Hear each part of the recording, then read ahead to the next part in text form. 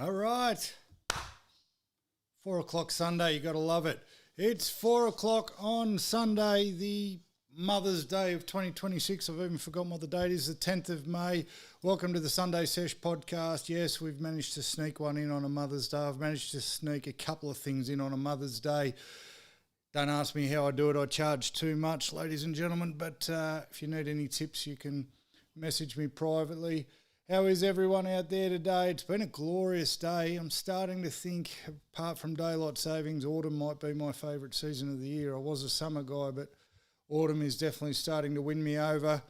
Heaps to talk about today. It's been a long-ass week. Hope everyone else has had a great week. I've been up and down like a yo-yo. Plenty going on, plenty to go through. We'll talk about a Mother's Day stitched up. Bit of a tough week for people with interest rate rises and bits and pieces. We'll give a golf update. Shoulders absolutely buggered. Talk about people cheating their handicap down, which is a weird one I hadn't come across, but I might have come across it twice this week. We'll talk footy as usual. I'm not sure if I'm feuding. I'm pretty sure I'm feuding, but I've got to be careful how I feud today with what I'm feuding with. So the book of feuds may or may not happen. I'll make that decision on the run. Cronulla fake golf handicappers. We'll do our round 10 wrap up and our round 11 predictions, which aren't going terribly well this week. And do we have the greatest sporting comeback story of all time on our hands at the moment? We'll rip into that. As usual, guys, the chat is live. Jump in, say g'day. Don't be shy. The only rules are here, you jump in, you've got to introduce yourself, tell us what team you go for. We're watching the Panthers and the Milk live. I'm on the Panthers. A couple of our normal listeners are on the Milk. Don't quite understand the pick. But let's fucking rip into it. So, yeah, long week for the Sunday Sesh. Those who listened a couple of weeks ago know about the passing of my mate Zorbs. We put him to rest finally on Thursday. Horrible funeral. There's never a good funeral, but, you know, there's some that are just grab you by the nuts. And Zorbs was certainly one of those. Very, very sad when a young father with young kids loses his life. The funeral parlour was packed. There would have been... there was over 500 people there easy, and from all walks of life. And someone said, geez, Zorb knows a lot of people. I don't know if Zorb knew a lot of people or a lot of people knew Zorb. He was absolute lunatic, and his reputation preceded him. So cheers to Zorb, finally laid to rest. But, geez, it was hard not to have a drink. I mean... if anything's going to drag a beer out here, a funeral would be it. And there was just so much sadness around that one that it was would have been a great day for a beer. But I didn't hang around too long in the wake. I had to get out of there. It was starting to get loose. The Davistown RSL, I don't know whether it's still there. If anyone can let me know if the Davistown RSL is still in existence and didn't get burnt to the ground on Thursday night, because the boys were warming up a treat when I snuck out. Absolutely warming up a treat. We had another interest rate rise during the week. I know it's a sports podcast, sort of, kind of. But, yeah, tough gig for everyone who owns a house. Once again, the government or whoever makes the decisions has decided that the people who own houses are the ones who have got to pay everyone else's bills, which is a shit go as usual as the Panthers run out. But that puts us back now to a position where we were before they cut any interest rates at all. So I know firsthand from the line of work I'm in that people are starting to do it real tough again. So thoughts are out there with everyone doing it tough, and if anyone needs to chat, please sing out. Who we got? Panthers Milk. Viking clap. I'm on the Panthers. Oh, Steve Leary's in the chat. A triumphant Steve Leary again. What could go wrong? How good are the Knights looking, mate? How are you? Good?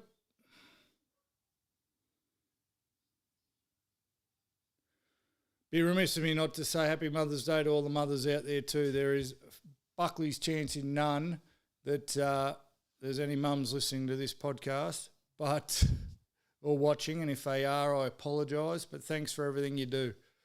All the horrible cooking, not ironing my shirts.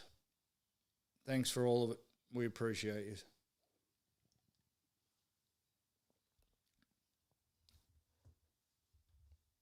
Nights are looking great, 100%. Righto, usual process, gentlemen, those that are here. Let's pick the scores. What's the score here? I got the Panthers by, I was going to say 8, but now I'm feeling 12. Panthers by 12.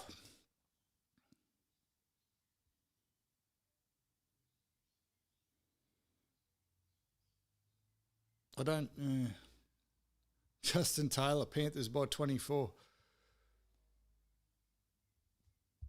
Justin Taylor, the newly anointed Brisbane Lions fan. Geez, I got a piece for you shortly, Justin. Gosh, jump off a horse quick. My goodness. Pardon the pun, actually. Broncos supporter, he's off him. He's off the Broncos. Unbelievable. Madge would be very disappointed. We got everything cooking. We got the scoreboards working. Beautiful. Chat's working. No Sesh Juniors today, which could either help or hinder me. I don't know whether Sesh, the original OG Sesh Junior, will jump in the chat. Not sure. Just had Mother's Day lunch with him. He didn't look like he was in the mood for it. Looked like he'd just woken up. Wouldn't it be good to be 19 again? Although by 19 I had a job.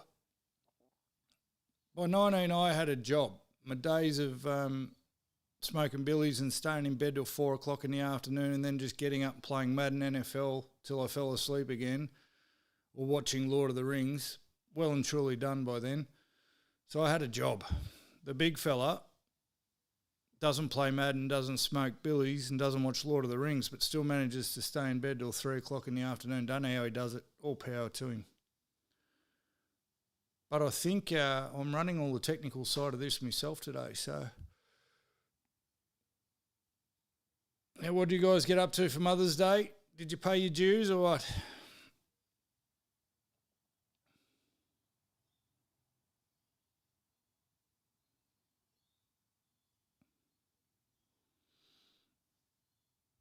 I had a round of golf, which may or may not have got me divorced. And then I had lunch at Mumma Sesh's house where my brother cooked, how do I say it? Chicken Volskana or Volstana. Chicken Volstana. It's bloody beautiful. Man of many talents. Brother Sesh. What about you, lads? What'd you get up to? So, Panthers v Milk. Obviously, Panthers, mate, Panthers broke Fosball. And you've tipped the milk over them. I don't understand. The Milk only managed to beat a very, very, very ordinary Titans team last week. Leary's been watching the footy. Good on you, mate. I caught the first half of the Storm Tigers. My mum sitting there in all her Tigers gear. Mumma Sesh, mad Tigers supporter. 4-0 after 34 seconds. 8-0 after 46 seconds. And the clock went up and up and up. She wasn't real stoked. Justin Taylor, fed Grandad's birds, water Grandma's plants. My parents are away looking after Grandad. Good on you, mate. Good on you. I'll tell you what, and I'll talk about it more in a second, but there weren't many blokes playing golf today, and all I got to say about that is pussies. Pussies. They're not our mothers. They're not our mothers. It's the argument I try and run every year. Because I get it on Father's Day. My wife's idea of a good Father's Day gift for me is leaving me with the kids all day while she goes out. It's Father's Day. You want to spend time with your kids? No, on Father's Day, if any day, can I not? Is that okay? I cop enough of them. And you met them last week, kinda. All I can tell you is you've sort of met the two boys, and my daughter is then times 6. My daughter is Sesh Junior and Sesh Junior Junior on fucking steroids, and she's 10. the attitude on that one, mate. So you want to give me a Father's Day gift? Take them off my hands, darling. Thank you. Thank you.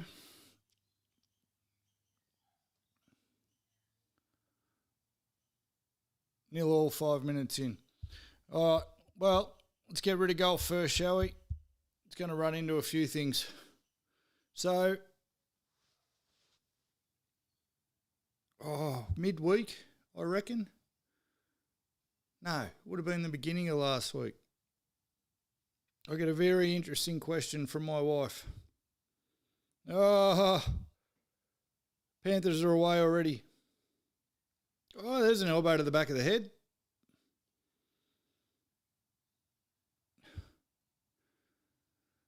Steve Leary, would you like to change your tip? Because that was very, very fucking ordinary. Very ordinary, mate.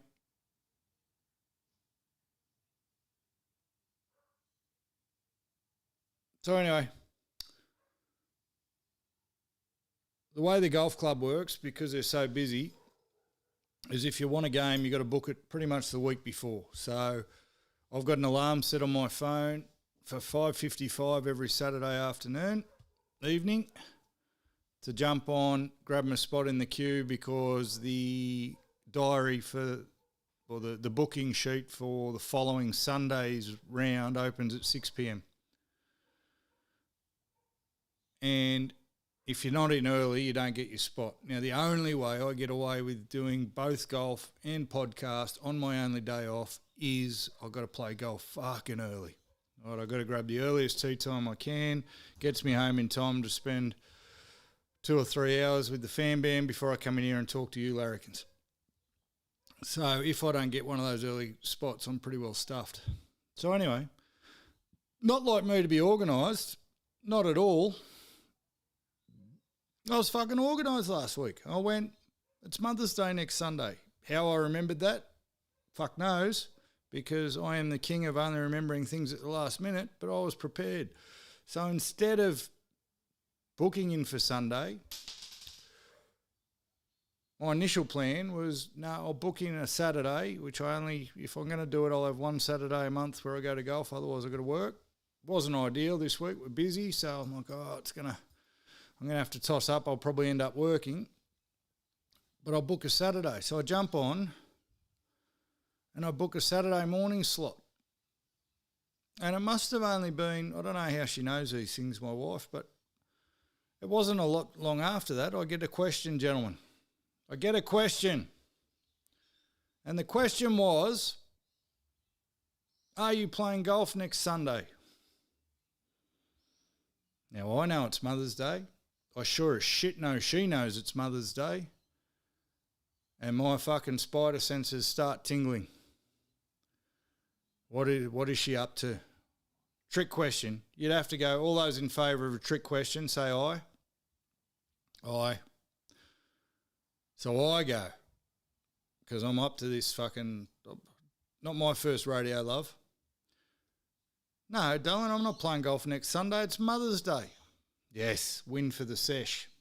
Good response, Cam. Didn't even blink when I said it too, because I knew I'd already booked a Saturday.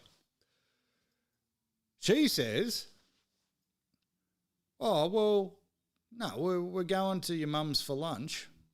Drew's cooking. He's not going to start cooking till 11. We're probably not going to be eating till 12 or 1. So as long as you're there by then, you can play. I can play golf on Mother's Day.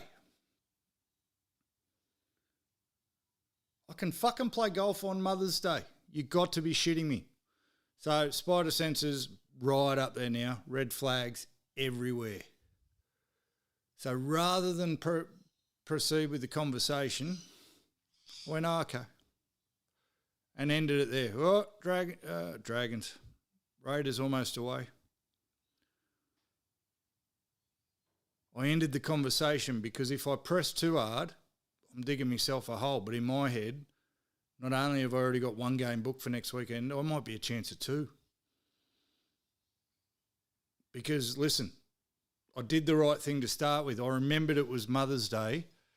I had planned not to play golf on Mother's Day. She threw out the carrot. She gave me that inch of rope. And do you think I fucking took a mile? Of course I did. I took 6 miles. I jumped straight back in, booked 6:58 spot, Sunday, Mother's Day. What could go wrong? But I shut up about it. Oh, I shut up about it. And all week, I said to my brother, I said, mate, you wouldn't fucking believe it. I've got a leave pass to play golf on Mother's Day. He goes, how the fuck do you do that? I said, fucked if I know. Fucked if I know, but I did it. Man of many talents, like I said at the start. So anyway, I cancelled my Saturday golf. I left it a few days, actually. I left it a few days because I know how this story normally goes. I left it a few days with my Saturday game in there as a backup plan. Work really got busy, so I'm like, oh, shit, I'm not going to be able to play anyway. So I deleted the Saturday game, got the Sunday game there. We get to Friday night. Anyone want to guess what happens on Friday night? Have a guess. Fucking Raiders are making some inroads up the guts. 6-0 Penrith. Oh, Sanders! Pissed me off on multiple fronts, Ethan Sanders going in. Good on him. 1, we tipped the Penrith. 2, I took him off me bench in Supercoach. Still got him, but fuck, I thought he was no chance against fucking Penrith. Did anyone want to guess what happened to me on Friday night? No one? No takers. All right. Friday night, sitting on the couch, just watching the footy, as you do. No pizza in this week, by the way. No pizza in, not their fault. I ordered 86 kilos of KFC on Thursday after the funeral, so I thought it was a bit, wasn't going to be real good for my health if we backed it up with pizza the next day. So just sitting there casually, question comes across my desk from Mrs. Sunday Sesh. So you're not playing golf on Sunday, are you? Excuse me? She said, you're not playing golf on Sunday, are you? We got lunch. Fucking excuse me? I said, you asked me on Monday. I told you I didn't want to play. It was Mother's Day. You said I could play. I booked. I'm playing. The fucking look I got. I had been stitched up. Royally. Starting to sound like Chris Brown. Royally stitched up. The look. She said, oh, well, I replayed the conversation to her. I said, you asked me if I was playing golf. I said, no, it was Mother's Day. You said as long as I got to my mother's by lunch, I was sweet to go. So guess what, Dale? You don't offer a fucking gift horse twice. I took that bitch and I ran. And she's looking at me like, how fucking dare you? And then she says, well, you've got to be at your mother's by 11. No, I fucking don't. You told me I didn't have to be there till 12 or 1 o'clock. I'll get there when I get there. How do you reckon this conversation was going? And I couldn't shut up. I couldn't just fucking put a sock in it long enough to not dig myself a hole any further. So I don't think it was the old double mind change, Steve Leary. I think I got fucking stitched up. I passed the first test, passed it with flying colours. Are you playing golf on Sunday? No, it's Mother's Day. Oh, you can play golf on Sunday. I go, fucking I'm in. Didn't think about the double bluff.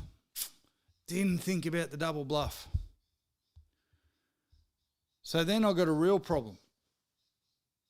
Because I'm playing golf. There's no doubt I'm playing golf. She said I could.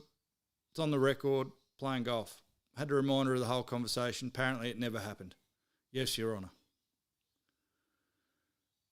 Now, the kids, and I'm hopeless at Mother's Day, by the way. I'm fucking hopeless at it. I don't think once I've taken the kids out shopping to buy something for their mother. Kids are used to this now, and they're old enough, and they make more money than me. So they've come home during the week. They've got her a couple of plants which will die. I've seen my wife kill a cactus before. Why would you buy Mrs. Sunday Sesh plants? She kills everything. Everything. Dead. Gone. And I'm like, they've sorted her out. That's good. Yeah, she baited me good, Justin Taylor, and I fucking bit the hook hard. But not like the rest of the pussies who weren't at golf today. There's never been more spots available than there at golf than there was today. Tried to book for next Sunday, mind you. All the pussies are back. All the ones who let their wife tell them what to do, they're back. Because you couldn't get a fucking game for wanting all money next weekend. Jesus Christ. But there was none on the course today. The guys that were on the course today, we all looked at each other knowing we'd pulled something off. We'd pulled something off. How the fuck do you get a game of golf on Mother's Day? One bloke looked straight at me and goes, "She's not my mother." Exactly, brother. Exactly, brother. She's not my mother. So anyway, the kids did good. They bought her plants that are going to be dead by next week. And then they even had the Mother's Day stall at school and bought stuff with their own money. So for once, I didn't feel bad about not taking the kids out and buying or something. But I did 2 bits of fuck all. And it wasn't until Friday at work, one of the girls said to me, "What are you doing for your wife for Mother's Day?" I said, "Nothing. She's not my mother." 1, didn't laugh. 2, said, "But she raises your children. What are you going to do to thank her for raising your children?" Now, point of order, joint effort. I helped create the little fuckers. 2, fuck, she had me. And I had done nothing. Nothing organised, not a thing. So, Leary, when you texted me today and said, "Hope you come home with some flowers," there was a very good chance I was coming home with absolutely nothing and playing golf on Mother's Day and just worst husband in the fucking world.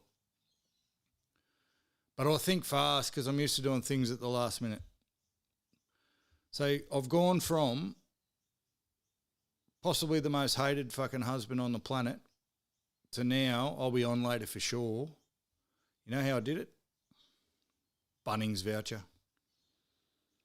Bunnings voucher. We got a thing in our house. I cannot let my wife go to Bunnings. She goes for a paintbrush, comes back with half the store. Half the store, trolley loads of shit. We don't need 1 paintbrush. We need 16 paintbrushes and a hammer and a new blower vac.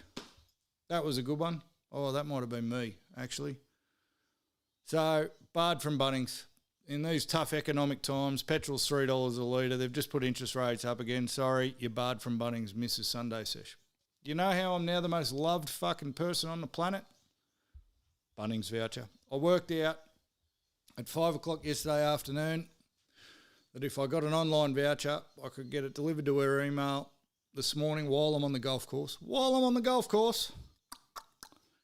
And to top it off, I bought her some flowers, sat them on the fucking kitchen bench because I left for golf at 5:30 this morning. So flowers done, Bunnings voucher. Sent her a text message. This time she didn't. Normally she sends me a text message on golf morning saying, "Love you, have a good game." I got in first, said, "Love you, check your emails." Bunnings voucher for the win. Wrote a nice note with some kind words that we don't need to go into, but safe to say, boys, I've gone from the worst bloke on the planet for accepting an invitation to play golf on Mother's Day, which she offered, to I'm back. I'm back, and there's a 98.7% chance I'm on one later. So that is how you conquer Mother's Day, people. My invoice is in the mail. And I guarantee you, here's where it's, I've stitched myself up again though. $100 Bunnings voucher.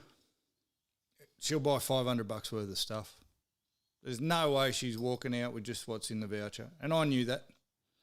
I knew that going in. So I thought if I give her 50, stingy, give her 100, or not give her 100, it's her money anyway. So I bought her a voucher with her own money,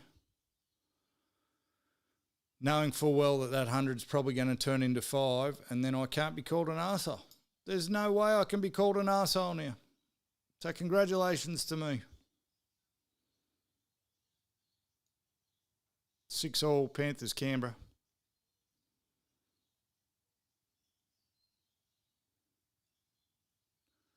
So we managed to get 2 rounds in today. We had a pre-funeral round on Thursday, which didn't go very well. Panthers are in again here. Oh, yeah. Place to Lungy. So here's the thing with your tip, Leary. This is a bit I don't get.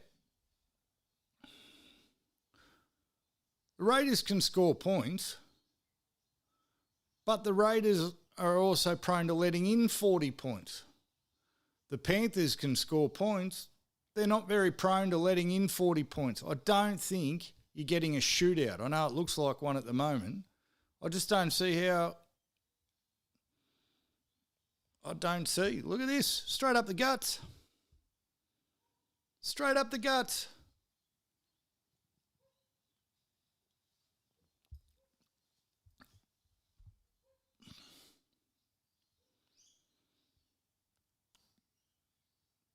So down to a 14 handicap, which we knew. Played the first round as a 14 handicapper on Thursday. Didn't go well.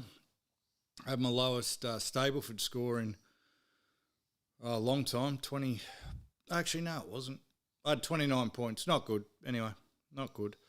Not as bad as me mate Billy Kennedy, though, who had 101 off a stick and claims to be an 11 handicapper, but we'll get into that a bit later. So no progress made on the steam train to singles, but I thought every time I have a midweek game, I feel a bit guilty for not doing work or family life or whatever I'm supposed to be, and I play terrible. But it usually irons out all the kinks for my weekend game. Didn't iron out all the kinks for my weekend game. Fuck me. Today was a struggle. Today was, I don't know if you guys saw, won the last 2 against them, I have faith. Oh, you're going to Form Guide, you idiot. Raiders won the last 2 against Penrith. You have faith. They haven't beat them this year, not this Panthers. If you're counting last year when the Panthers were average, mate, there's a flaw in your system. There's 100% a flaw in your system.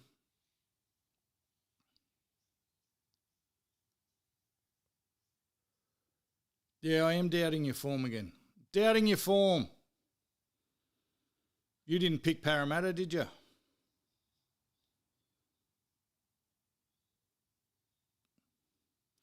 So anyway, today, I don't know if you two both saw my video I put up. Fucking one of the wackiest rounds I've ever been associated with. Wacky. Played some good golf, played some horrible golf. Horrible golf. All the brownie points I thought I got for playing golf on Mother's Day, I'm pretty sure they were out to get me. The golfing gods. I had an air swing. Like, I'm trying to get to single-figure fucking handicap, and I had an air swing. Well, sorry. I didn't have an air swing. That would have been more acceptable. I came that close to an air swing and clipped this ball. It moved 6 centimetres. That's how just I hit it. After pumping a drive about 260 metres down the centre of a fairway. So I pump a drive 260 metres down the centre of a fairway, have an air swing. Have an 8. The very next fucking hole, I miss a fucking green on a short par 3, which is bad enough. But I'm lining up my chip. I hear a slight rustling of golf clubs behind me. I turn around just in time to get run over by an electric buggy that the dickhead 14-year-old who was meant to be steering it decided to forget about while he was on his phone. Got absolutely cleaned up, reckless grade 3 hip drop. Smashed me. And it would have been very funny to watch because I ended up straddling the thing. It hit the back of my legs, then went between my legs. It wedged me between it and my fucking electric buggy, which wasn't going anywhere because you turn it off when you're not fucking walking. And then the kid panics, as you would. You got this big oaf straddling your fucking golf cart. Instead of just stopping and let me extricate myself from the carnage, he keeps driving it forward and backwards and forward and backwards. My leg's hooked around it. He nearly broke my ankle. Nearly broke my ankle. Anyway, very fucking funny, not, because in my haste to jump out of the way or try and jump out of the way, I've absolutely ruined my shoulder again. I've made my shoulder so much worse. And it was only early in the round too. We're on the 9th hole, actually. We're on the 9th hole when that happened.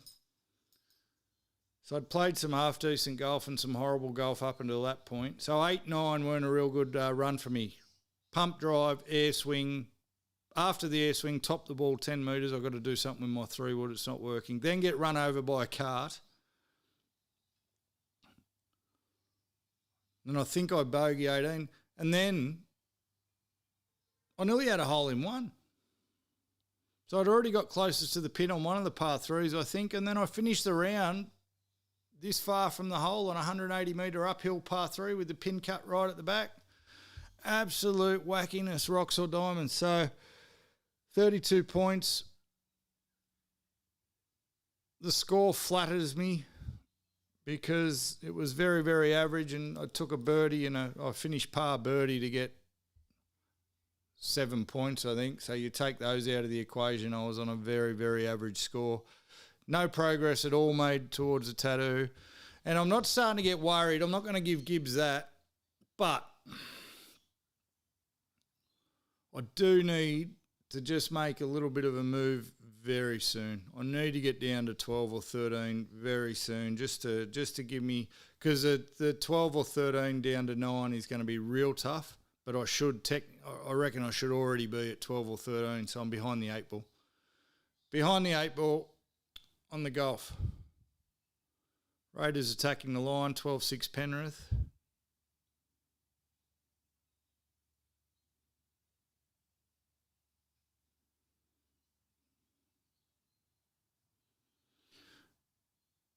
Couple of exciting things in the works though, boys. Looks like I might have a sponsor on in the very near future, golf related, which at the very least is going to give me some freebies to use myself and to give away. Website's up and running. Steve, I got your email for the interest in the hat. Anyone who is listening, you don't need the www. thesundaysesh.com.au or thesundaysesh.com or any of those, it'll all take you to the same space. Flirting with a few merch ideas, a couple of funny ones, but if you want a hat, either or, I'm really interested in the feuding hats more than I am the Sunday Sesh hats, but if you're interested in a hat, can you chuck your email in where it says notify me? I just want to gauge interest, because I'm getting some quotes and they're fucking expensive if I don't order many. You got to order 50 or more to really get the right price. And I'm not trying to make money off them. But at the moment, if I only order 10, for example, they're $55 a hat just to fucking get them printed up. And it looks like that's the going rate. So if you can, if you're listening later, if you're watching later, and if you're at all interested, jump on the webpage, which has everything, by the way, links to all the socials, a bit of a blog that I like to write every now and again, all the YouTube stuff, everything we got going on. But drop your email in the notify me section of the merch if you're interested, just so I get a rough idea of numbers. You're never, ever going to get an email from me, ever. I can promise you that. Your data's going absolutely nowhere. Couldn't give a shit. Just want to gauge interest. Also in talks with a beverage company who have a product that is aimed at steering people away from grog when they're trying to quit or don't want to drink. So, Raiders are in. I got it, Juzzy. Big things happening for the Sesh. We charged past 1,000 followers on Facebook this week. We were hanging around in the 900s, and then we found the most... Oh, hello, Quiz. He's back. He's back. Oh, I've put something in my eye again, gentlemen. Every fucking week I put something in my eye. Can someone remind me not to touch my eyes? You know what it is? Up the Sesh at the Fosball. Yeah, we haven't spoken about that yet. I've got that many anti-inflammatory creams and shit on my hands because I'm pumping them into my shoulder.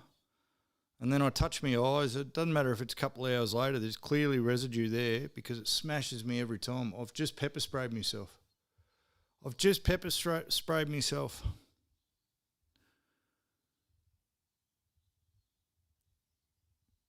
How you going, Quisso? Having a good Mother's Day, mate? Hope you did the right thing. I clearly haven't. But you missed all that. I'm not going back over it. So I was just saying, website, if you're interested in a hat, drop your email in just so I know that people are interested. Otherwise, I'm not going to bother with them yet. I really want a feuding hat, though. I really want a feuding hat. I don't want to make any coin. I'd like to cover costs on it, though. Otherwise, I'm going to get shot. So we'll find out how many people are interested. We've charged past 1,000 followers on Facebook overnight. We've gone from 900 to 1,200. Turns out, sorry to you guys, but the Bulldogs... The Bulldogs are the most passionate supporters in the NRL, I believe. I've worked that out overnight, over the last 48 hours. Jesus Christ. Here's the funny thing, I get a bit lazy sometimes. For as much effort as I'm putting into this thing, I get a bit lazy. I finally clipped up the podcast we did after the Dogs lost to South, and I did the Pinky in the Brain skit, and I managed to chop 11 minutes of Pinky in the Brain down into 3 minutes. Gone absolutely mental on the socials. Fucking crazy it's gone. And we've jumped up 250 followers on Facebook and about 150 on TikTok. Forget YouTube. YouTube hates me. But we've also ticked up. We hit the magic 100. Yesterday, we hit the magic 100 subscribers on YouTube. So there's good things happening in Seshland. We're growing. I like it. And if the sponsorships come off, even better. Not trying to, if it happens, it happens, but not trying to make money out of this thing, but it'd be good to have a couple of people on board to help out. One thing will never be, most of these things, if they... go any good, end up with a gambling sponsor. Won't be doing it. I don't think it fits with what I'm trying to achieve. Got no problems with people gambling, but I don't think a podcast that's in part supposed to be about sobriety and a safe space for mental health for people is having a gambling sponsor going to work. So, and you boys... especially Leary, he's been here from day one, don't get jealous, but Leary was on the very first podcast. I'm pretty sure, Leary, we started off in a stink. I'm pretty sure our burgeoning friendship started because you had the shits with where I put the Knights on my season predictions. Or it was something I put on YouTube you had the shits with. You had a crack at me in the comments. And I write back to you now, look at us, mate, besties. Oh, that's why I get the house. Yeah, I bet you my house. Oh, that's why you're fucking...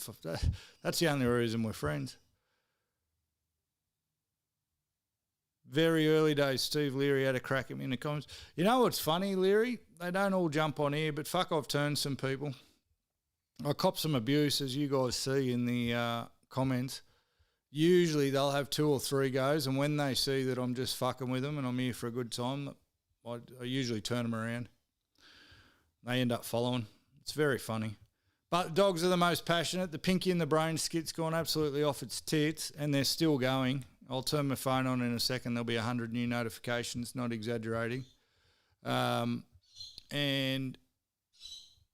all agreeing, bar one or two. And, again, it shows how bad a job we're doing of publicising that we actually do a podcast. There's people jumping in there going, oh, you should do more NRL takes. That's all we fucking do. We got a show. You're watching clips from a fucking podcast. There's a fair chance we do more of it. It's quite funny learning how all this shit works. Quite funny. What's good, Chris Brown? So me and Chris Brown were having a chat in the comments under I posted the clip about 6 months sober too, which all bar one person, Jack Coulter, were very supportive of, so thanks for all the love. And me and Quisso got chatting in the comments about the good times and the bad of being absolute lunatics on the piss. It sounds like me and him might be cut from the same cloth. And he mentioned jail cells. Mate, fucking Port Macquarie footy trip. Port Macquarie footy trip, I would have been, I think I was 19. 19 and thought I was a hero. I actually got, it was a funny story, so depending on your sense of humour, we're in the pokey lounge of a pub in Port. I can't remember what pub it was.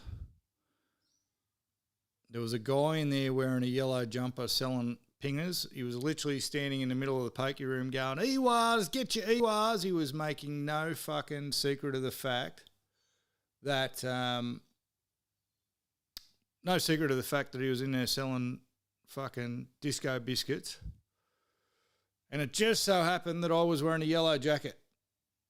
And it just so happened that this idiot Palooka, there was a off-duty copper sitting in the pokies.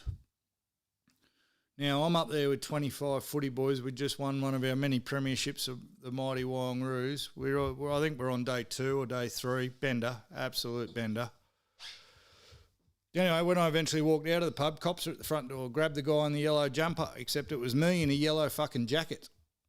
And they're like, "You're in there selling drugs." "I'm not in there selling drugs." "You're in there selling drugs." "I'm not in there selling drugs." I get fucking borderline strip search out the front of the pub. The funny part of it was they missed a little bit of something I did have in my wallet. They went through my wallet, didn't find the bit that I should have got in trouble for.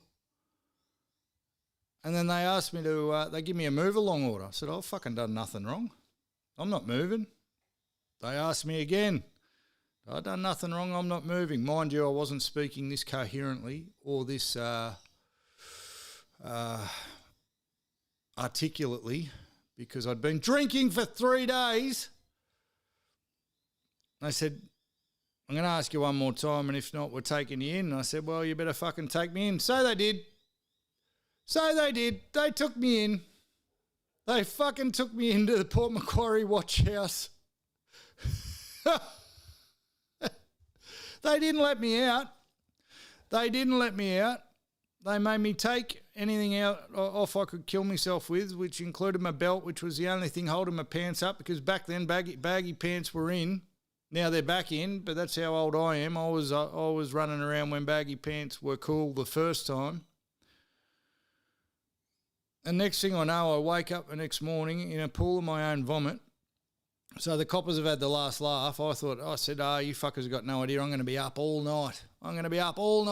Because I was not fucking naturally aspirated at all. Anyway, wasn't up all night. Turns out whatever was in my wallet wasn't worth the paper it was written on. Woke up in a pool of my own vomit at 8 o'clock the next morning. Got told to leave. I didn't know where the fuck I was to, mind you. I'm not a Port Macquarie local. As I'm walking out the front door, my footy coach and 2 of the boys are walking in, just happening to see whether there was any chance I'd been arrested, because no one could find me. No one could find me. So, no fines, no charges, no nothing. Still didn't find what was in my wallet, but fucking spent the night. I don't know whether it was on the cold bench or the cold floor. I woke up on the cold bench, but God knows where I started. You just reminded me of that quiz when you said fucking could wake up in jail or could have the greatest night of our life. I've done both. I've had the greatest night of my life and woken up in jail. Very funny.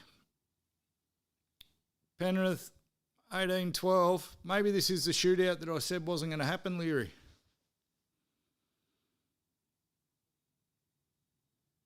The shootout I said wasn't going to happen. Oh, it wasn't so. Oh, and that's the other thing I don't remember. When I went in, I do remember actually. When I went in, I was the only one. When I woke up, there was fucking 10 people in there. And I'm kind of pissed off. I was pissed off. I remember going, fuck, we could have had a ball in here. Like the 10 people that were in there for probably similar offences. So you stick 10 people drunk and disorderly in the same fucking cell at the watch house. Party? How do you spell party? I reckon you spell it 10 drunken disorderlies in the same cell at the watch house in fucking Port Macquarie. Oh, one of the greats. One of the greats. That trip nearly ended me though. There was more stories coming out of that trip. It's a very funny thing. You don't give up. You don't give up grog because of the good times. I can tell you that much. I will write a book one day, and it'll just be stories, and most of them will be related to when I'm on the grog. And most people will think none of them are true, or half of them are true, or I've added mayonnaise. I've got some wicked stories that require no mayonnaise whatsoever. None. I tell people my stories. Sometimes I get into story mode and they go, oh, this bloke's clearly fucking making this up. None of it made up. You do not quit drinking for the good times. It's the fucking times where it goes pear-shaped that brings you undone. I still haven't worked out yet whether I'm going to have any of those stories to tell now that I've gone sober, and that's the not the scary bit, but the disappointing bit. Not the disappointing bit. That's the shame of it all.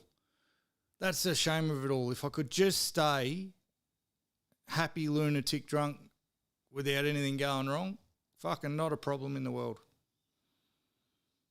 Because happy, lunatic, drunk Cam has a great time, and people have a great time with him. But the side effects when it goes sideways, and the people around you when it goes sideways, it's probably not worth it on the balance of equaling all things out. And yes, Chris, drinking, anger and depression go hand in hand, unfortunately. But I'm not angry now. I never feud with anyone now. No, I'm cool, calm and fucking collected now. Fuck me. I don't think the anger's the drinking thing, Chris. If it is, I've gone wrong somewhere with this quitting drinking thing. Still an angry man. But the depression thing, you're right, mate. That's what eventually that's what I had to stop. I could not get. I've been in many holes in my life, right? We go up and down, we all do, and I've always been able to fight my way out of them. I could not get out of the hole I was in. Couldn't get out of the hole I was in, no matter what I tried, and I tried everything except giving up grog. So when there's only one thing left, there's a common denominator. We got rid of the common denominator. And coincidentally, only a coincidence, mental health improved almost instantly. This is a game of footy, huh?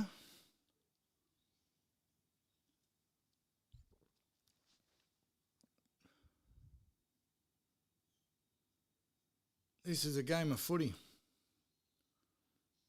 2 minutes and 38 seconds to go. Penrith 18-12. Juzzy's probably got the shits of me. I'm not talking enough about the footy. I'm still watching the footy, Juzzy.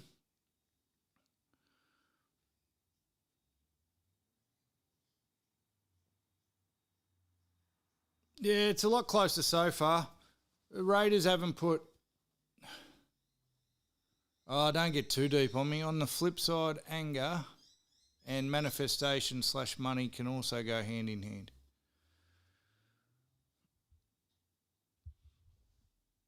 All I want is, mate, all I'm manifesting is people to rake their fucking bunkers on the golf course. Is that too hard? And to pay for their petrol after they park their car. That's all.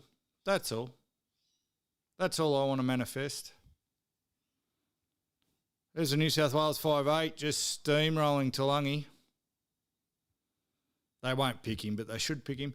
Matty Johns had him in the team, not as 5'8", he had him in the team as 14. Ethan Strange. Strange has just taken the biggest dive and didn't get called. Mitch Moses does that. There's a penalty there. What about Mitch Moses the other night? What a punish. What an absolute punish.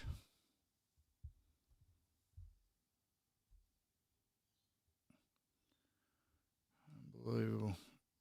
Where was I going to go? So,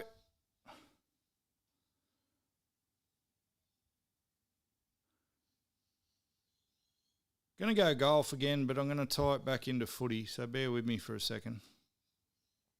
I played with a young kid today.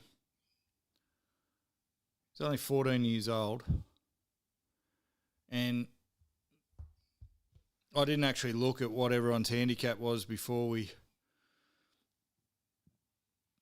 Question. If they miss that penalty goal in the Eels game and the Cowboys run the length, what happens? Cowboys win.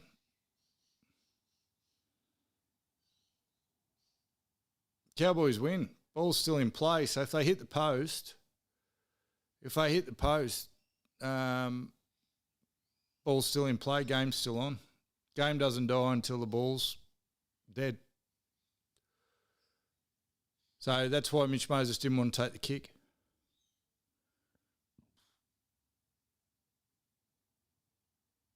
No, it wouldn't be golden point.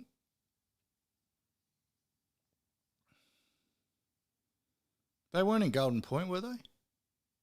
They won it in regulation. If a penalty goal, if someone's kicking for penalty goal, the ball bounces off the post, the other team gets it, runs the length of the field and scores, it's a try. All right. Now, what I didn't understand,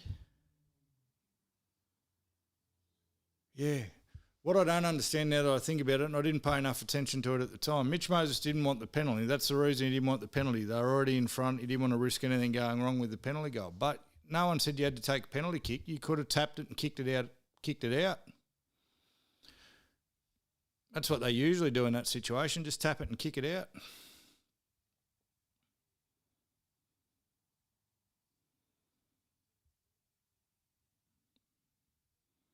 Halftime here, is it going to be 18-14? He's missed that.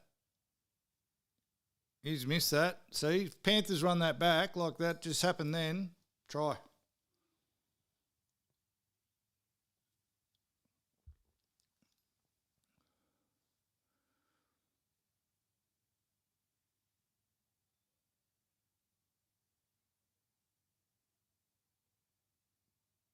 The golden point thing's buggered me now, Leary. I'm actually having a stroke over it. Consult the rule book, mate. You can chat GPT it while we're there. So anyway, just quickly, because it's going to tie into footy. Played with this young fella today and played with another bloke on Thursday, and I didn't check the handicaps before we played today, but playing with this young kid, his dad was there for the first bit. Horrible golfer. Hit his first ball into a tree 5 metres from the tee shot, and it didn't get any better from there. He's the one who ran me over with his fucking buggy, and he quit after that incident. He didn't play, so he got 7 holes in, 8 holes in, and decided not to play the rest of the round. That's how bad he was going. And it was only then, so he told me a little bit earlier that he'd only been playing golf for 3 months. And I thought, no, that makes sense, the way you're playing golf. And anyway, wasn't until I said to one of the other boys, geez, because he had the shits. Every shot he hit, he was carrying on like Tiger Woods. And I'm like, fucking hell, mate, you're 14. Then you tell me that you've only been playing for 3 months. You've got a long, miserable golf career ahead of you if you've already got the shits. That was my thought. And then I said that to one of the boys, and the boys pointed out he's off 11. He's had an 11 handicap. Couldn't hit a fucking golf ball. Same thing happened on Thursday. Few extenuating circumstances on Thursday, but I'm still suspicious. Billy, I'm still suspicious. So very, very clearly and very obviously, I'd love to be proven wrong, but I won't be. This kid has lied about his handicap. He's been playing with his mates. They've put in dodgy scores. There's no fucking way. There's no way he's off 11. And to be off 11 after playing golf for 3 months at 14 years of age, you actually are Tiger Woods. You might actually be the next Tiger Woods. And listen, people do weird and wonderful things. The usual go in golf is to play bad on purpose sometimes so your handicap stays high, so when you play for money, you win. We call it burgling. If you're a burglar, not a good thing to be known as in the golfing world. Means that your handicap's way too high for how good a golfer you are. Just this week, I've now been alerted to the fact that people do it the other way, which makes no fucking sense to me whatsoever. So you doctor your scores so you can say that you've got X handicap, but then when you play with anyone real or anyone who isn't a mate, you get found out. Golf is the hardest fucking game on the planet as it is. Why would you make it harder for yourself? That's the first thing.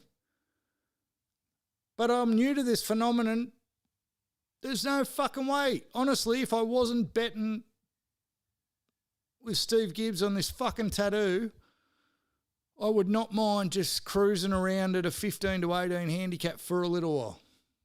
For a little while. Because golf's much easier.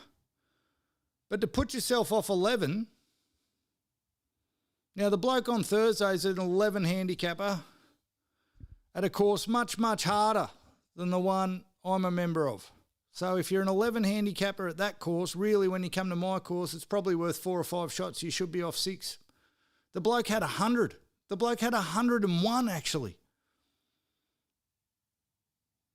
You can't be doing that if you're an 11 handicapper. A bad day for an 11 handicapper is, what, a 90? Like a really bad day? You're not having 100 if your handicap's really 11. And this kid, there is no fucking way known. And I wish I'd known it while his dad was still there because I would have asked. His dad walked the first few holes with him because he was killing time before he went to work. But he lied. And how does this tie into footy? It's a fucking Cronulla Sharks. The Cronulla Sharks are 11 handicappers lying about their handicap. We'll talk about the game shortly, but they are fucking frauds and I'm sick to death of them. They go around the comp telling everyone they got a 4 handicap, and then they play against anyone who actually knows how to play golf and they're fucked. And the people who actually know how to play golf sit there and go, there's no way these guys are off a 4 handicap. No way known. The Sharks are the biggest cheating handicap golfers in the NRL. And I want some accountability. I want to know when questions are going to start getting asked. Because at the moment, everyone knows what I'm saying to be true. We've just had a unanimous vote in the chat. Everyone agrees. Sharks, definitely frauds. Now, we know this. We've known it for years. They do it every year. Every year they get to the golf course and go, oh, I'm a 10 handicapper on this other course. And they play with a couple of other fucking low handicappers from my course. And they have 100. They have 100 against South, who are completely banged up, changed their team completely and had no Latrell and got found out again. So, Billy, if you're listening, there's a fair chance you're Cronulla and Cronulla is you. And I won't name the little kid because he's under the age of 18, but it's not a good start in life if you're already lying about your handicap at 14 years of age, and it 100% is. There's no way you can be that bad. Here's the thing, there's bad days. There's bad days in golf, but you can generally tell by looking at someone's swing how they hit the ball some of the time, whether they've actually got it in them to be a low handicapper. So I can have a 90, but I can also drive the ball 280 metres down the centre. I can put it a foot away from the pin on a par 3. I'm not consistent enough. These guys had nothing, absolutely nothing to suggest that they were who they said they were. The Sharks look like fucking rock stars against spastics. Absolute rock stars. And they sucked me in again. They fucking sucked me in again. And you know what I've worked out I do with the footy? Exactly what I do on the golf course. I start every round going, this round I'm not going to do this, this and this. Today, I only had 2 rules. I try and keep my list of things very short because my ADD doesn't allow for anything longer. My 2 rules were, don't rush any shots. So go through your full routine, because I have a habit of just cutting my routine off halfway and hitting the fucking ball anyway, and then I regret it every single time. And no dumb decisions. 2 rules. I've been really good on the no dumb decision one lately, and that's why my handicap's been coming down. The next thing to fix is just going through my pre-shot routine. Anyway, 1 hole in, dumb decision, didn't do my pre-shot routine. Already ruined. Gone. I forgot how I started that point. That's going to really annoy me, but I was heading somewhere. So the Sharks fucking suck me in. But you know what they suck? Oh, so that's how I started. I know the Sharks only play good against bad teams. I know the Sharks only play good against bad teams. I know the Cowboys are untippable. So the Sharks put 50 on the Tigers last week and you go, oh, but then you're saying the Tigers aren't a good team. No, they weren't last week. They were rubbish. They are rubbish without their players. And Dewey got hurt straight away. So they beat up on a bad team, which the Sharks do all the fucking time. How did I let that suck me in? How did I let that suck me in? I've got one rule. Don't tip the Sharks against good football teams. Now, the caveat on it was Souths have been going okay, but also leak a lot of points, and Latrell's been doing everything for them. So did Latrell going out make the Sharks a bad football team? I thought yes. But I broke my own fucking rule. Again. So the same thing that kills me in the fucking tips and in Supercoach kills me on the golf course. That's how the two are related. But I want accountability now. I want accountability. On the surface, I want to start the discussion. I got accused, one of the only shit bastards in, the only people who didn't agree with me or wanted to have a shot at me from the Bulldogs post, a Pink in the Brain post, accused me of just not coming up with anything original. One, no one's heard a Pink in the Brain fucking analogy before. No one. So it's very original. Two, I know everyone was talking about it this week, which is why I posted the clip this week. We said that a month ago and I said it at the start of the year. People accusing me of not having any original ideas. I was the original. I said it first on here at the start of the year, and then I said it again a month ago after they lost to the Cowboys. Steve Leary can back me up. He's been on just about every episode. So I want to start this discussion really fucking early. We'll date stamp it. So when the talk actually starts to happen, and it probably won't be this year or next year, but in 5 years' time, they can say, I said it first. Craig Fitzgibbon. Craig Fitzgibbon is Brad Arthur. Brad Arthur sat at Parramatta for 10 years, had them competitive, but won nothing. And for the last 5 years, took 5 years for people to start asking, but they were asking, is Brad Arthur the right man for fucking Parramatta to win the comp? Now, we know that the Sharks are lying about their handicap. We all know it. We all just agreed. And I'm sure if I put this clip on socials, everyone will go, yeah, you're right. No one has argued. When I put the Sharks have been in frauds for a couple of weeks now in the power rankings, I haven't had one argument. Not one argument. Right? So we all know it. But then everyone says, oh, geez, Craig Fitzgibbon's a good coach. Everyone. Media, players, everyone. And guess what they used to say about Brad Arthur? Geez, he's a good coach. Now, on paper, here's the thing, and I'm hoping ChatGPT's right because I didn't have a lot of time today given I was playing golf and doing a podcast on Mother's Day. I did spend 5 minutes with the family. On paper, you read this. 2022, they came second but got eliminated in straight sets in the finals. 2023, they came sixth and eliminated week one of the finals. 2024, they came fourth and made the prelim and lost. 2025, they came fifth, made the prelim and lost. If anyone's got any other stats than that, please let me know. On paper, that looks pretty fucking good, doesn't it? All those in favour say aye. Because on paper, it does look pretty fucking good. But here's the fucking problem. Every one of those years, they only beat bad teams, and there was more bad teams than good, so that kept them high on the ladder. They did nothing against the good teams, and when they got to the finals, they lost. He's fucking Brad Arthur. They've had the same squad for the whole time that he's been the coach. They gave Nico Hines 10 years, which at the time after his first season looked like an absolute genius move, and it may still be a genius move. He hasn't recruited anyone. AFB was supposed to put him over the top. When they got AFB, everyone goes, nah, here's the winning formula. It's going to get him a grand final. Same shit. And everyone talks about Craig Fitzgibbon's mindset being his greatest strength and the commitment and the desire. If that was his greatest strength, the team sure as shit haven't caught it, because what does it take to beat good teams and not just be a fucking schoolyard bully against shit teams? Strong mindset, resilience, commitment, desire. The ability to execute under pressure, which they also don't have.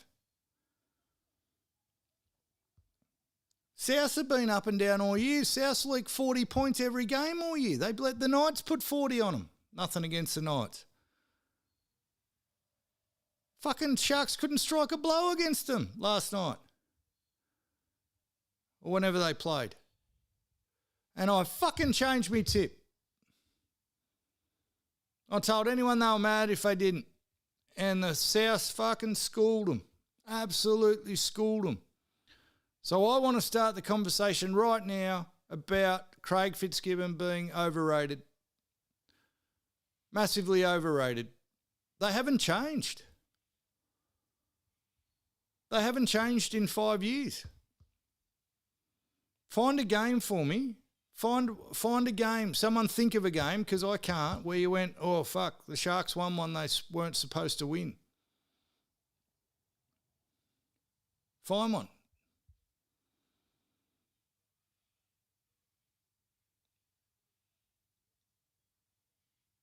I don't think AFB's had his good year, so they've all caught the same disease.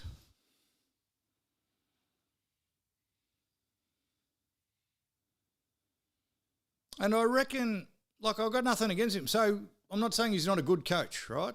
Let me be very clear, because you would take Steve Leary. No, Justin, you wouldn't take. You shouldn't take, because the Broncos just won a comp. But you would love, Steve Leary would love the Knights' last 5 years to read second, sixth, fourth, fifth. Like, we'd all take that, wouldn't we? But there is no stepping stone. He is going to be Brad Arthur. And look what they've had to do at Parramatta to undo 10 years of, is mediocrity too strong a word? By their standards, it probably is. They've just had to get rid of, Parra had the same thing, same players for fucking 10 years, same system for 10 years, everyone defending the coach, but then what happened to players didn't. Now what Cronulla aren't doing yet, that Parra ended up being like, which is why I hate Gutho so much, they started finding every single reason under the sun apart from themselves for not winning games of footy. But Brad Arthur got Parra to a fucking grand final. Fitzgibbon hasn't done that, and Cronulla don't even look close.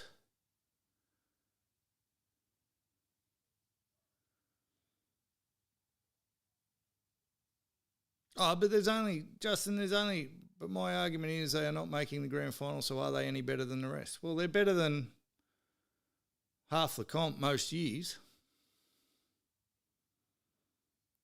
But while other teams go up and down, they just stay the same.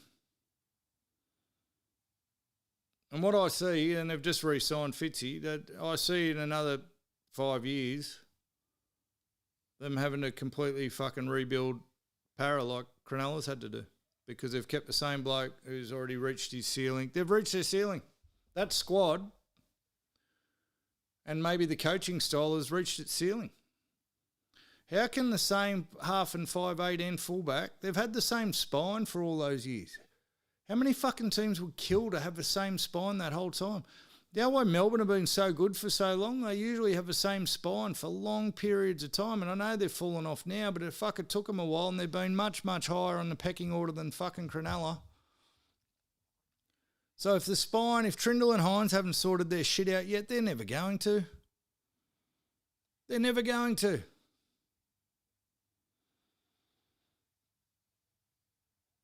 And then when I thought about these 11 handicappers that are potentially lying, the kid today, 100%. They had to change the rules at the club. I then found out later to stop. You couldn't have any more than 2 juniors under 18 playing together at any one time in a group, because they were all dodgying up their scores. Dumbasses. So they can go to school and say, I've got an 11 handicap. One, at school, chicks don't think golf's hot, so you're barking up the wrong tree there, lads. And 2, as soon as you get with us old bit of pricks, we're going to friggin' give it to you because you're cheating. Also, horrible standard to set for yourself for later in life. And I wonder if the kid's dad who was walking around with him today, watching him hit every fucking tree, every tree. The kid was pointed that far right, and I tried to help him once. I said, mate, just bring your front foot back. He goes, oh, yeah, but I normally hit a fat draw. You're not hitting you were hitting them fat today. You were hitting the ground before the ball every time, and they were going straight right. You're not an 11 handicapper. You're full of shit. But his dad walks around with him for 4 holes knowing that his kid's off 11. Is he party to this, or does he sitting there one scratching his head going, oh, I thought he was off 11. He must be good.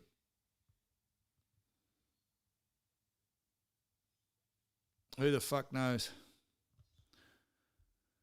Unbelievable. Anything else to say about Craig Fitzgibbon? Am I right or am I wrong? Anyone got a different point of view?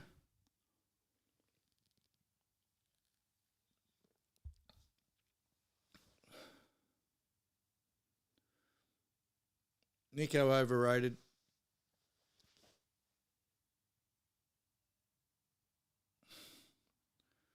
Yeah, mate, I'm a bit like you, Quis Brown, and I know we've got no room for sentiment here. Jesus Christ, we all voted last week that we can't feel sorry for the Storm because of Craig Bellamy, but with Nico, I know, like, he's a Central Coast guy, so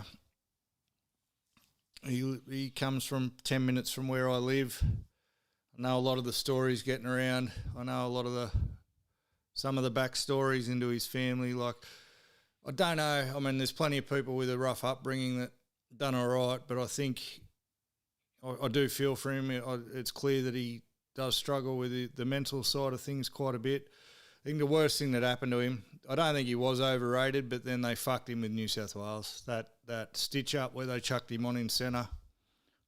He missed one tackle because no one's ever missed a tackle before. That ruined him. And I don't think him and Trindle complement each other, so... Because he was lights out. He won the Daily M.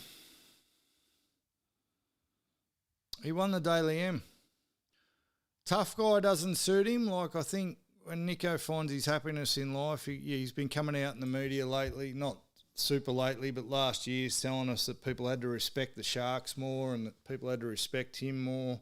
You don't win it by saying it. You don't earn the respect by saying it. And we don't have to respect the Sharks more because we all fucking agree they're lying about their handicap. You don't have to fucking respect you. You can only beat shit football teams.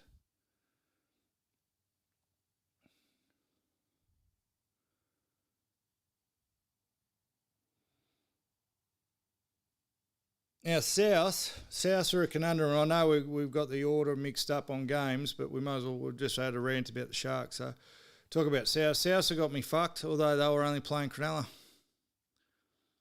I was sure South were going to come a cropper, but geez, they're playing good football. South.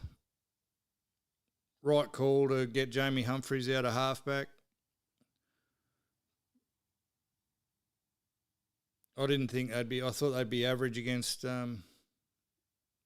Bennett would have given them a fucking bollocking over letting the Knights score 40 on them.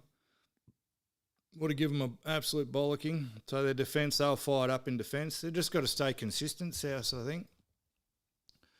I thought they were going to rest on their laurels a bit, and I might have underestimated Wayne Bennett and his soft touch because he's got them fit and firing, I think. They are all fired up, so potentially South are on the verge of doing something, although... Now you got to look at the form guide. The form guide from against the Knights now looks really good.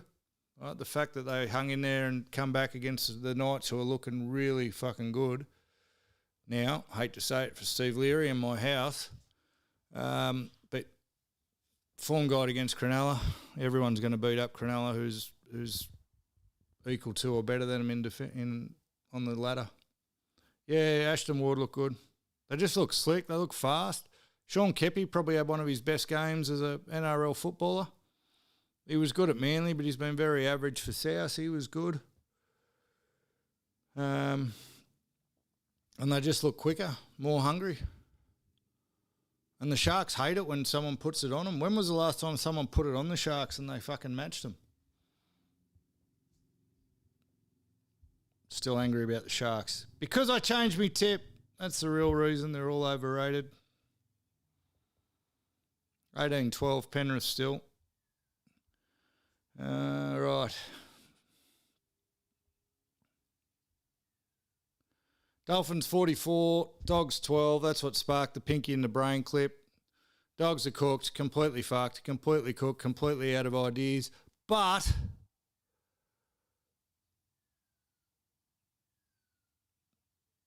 it was very funny to watch because we know my theory about the Dolphins.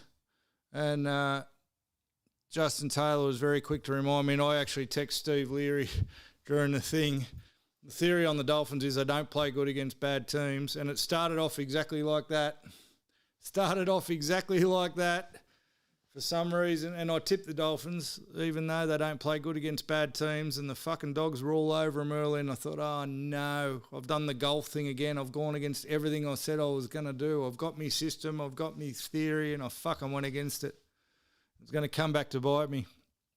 And then, as Justin Taylor said, clearly Christian Wolf got him in the sheds at half-time and reminded him or convinced him that the Dogs were a good footy team, because the Dolphins that came out in the second half played like a team who were playing against a good footy team, as the Dolphins do. But that could have been a debacle. But the Dogs have gotten worse. The Dogs are actually getting worse. I feel like it's funny, like Chris Brown's mentioned mental health and stuff a couple of times. I feel funny doing this podcast sometimes because of how hard I go on individuals. I'm not attacking them personally, though. I am attacking their ability on a football field at times. And Lockie just looks beaten, broken. He looks fucking hopeless. And I'm sure he's not a hopeless footballer, but they've turned him into one. Jesus Christ, they've turned him into one. And I would not run off him. There's not enough money in the world to get me to run off Lockie Galvin at the moment. As Leary just said in the chat, like Lockie Hospital past Galvin, he's responsible for more fucking HIAs than anyone else for sure. You would not run off him. He's got no fucking idea. His only thing is, I'm going to pass it or I'm going to kick it. And it doesn't matter. The bloke could have a steam train sitting in front of him, the second rower. Very clear you're about to get run over by a train. Galvin's still giving him the ball. Galvin's still giving you the ball even though you're clearly about to die. Oh, fucking here we go. What a ball. What a ball from Tarpanay. Raiders in.